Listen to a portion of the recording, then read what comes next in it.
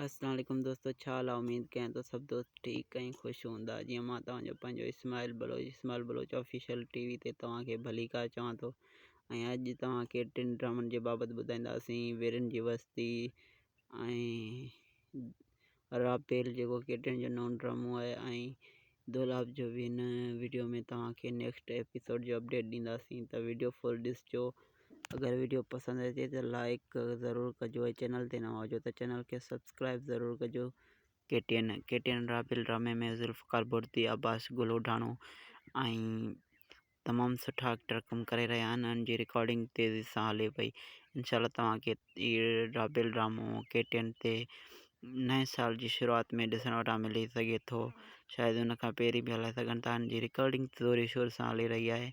ऐं वीरनि जी वस्ती बाबति तव्हांखे ॿुधाईंदासीं। त वीरनि जी वस्ती बि तमामु ज़बरदस्त जेको रिकॉर्डिंग हले पियो, उनजी रिकॉर्डिंग हले पई ऐं तमामु जल्दी तव्हांखे सिंध टीवी ते बि ॾिसण वटां मिलंदो।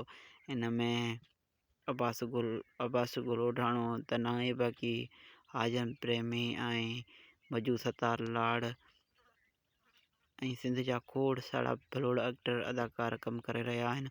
इनजी ज़बरदस्त कहाणी ते मुश्तमिल ड्रामो, हिकु ॻोठाणे ज़िंदगी ते मुश्तमिल ही ड्रामो आहे। सो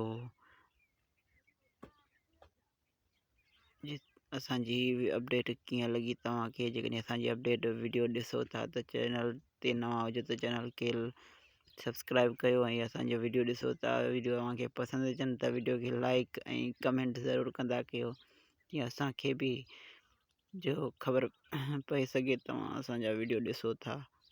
बाक़ी जिते हुजो ख़ुशि हुजो, आबाद हुजो। असांजो हमेशह तव्हां सां दुआऊं आहिनि। जिते हुजो ख़ुशि हुजो, आबाद हुजो।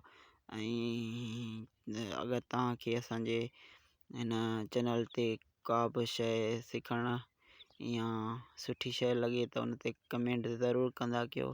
असां हर पल तव्हांजे लाइ नयनि खां नया अपडेट खणी हाज़िर थींदा आहियूं वक़्त सिर। बाक़ी जिते हुजो ख़ुशि हुजो, आबाद हुजो। हर पल मां ईअं चवंदो रहंदुसि।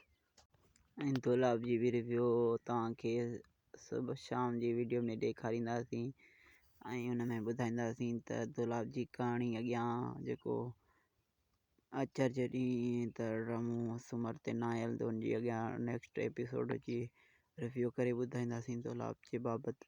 उहो बि वीडियो फुल ॾिसिजो। ऐं असांजा सिंध जा भलोड़ा टेस्ट आहिनि। ऐं हिकु ॾुख जहिड़ी ख़बर आहे त हबीब पंवर जेको